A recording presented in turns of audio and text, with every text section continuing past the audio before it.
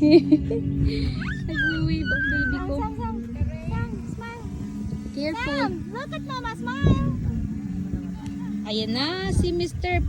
Flower Picker. Oh, hala. Nag-pick ka ng one. It's okay. Maybe babayaran na lang natin yan. You will give it to mommy? Wow, thank you. Thank you, love. Let's take a picture, Sam. Upset. Kuya, take a picture with Mama, please. Give to daddy. Daddy. Nasa papa nila. Daddy, where is daddy? Over there. Mama, just smile. Not there. Not there. There, daddy is there. Go give daddy flower. Daddy, oh! Halika, ay ano mo yung flower na ibibigay niya?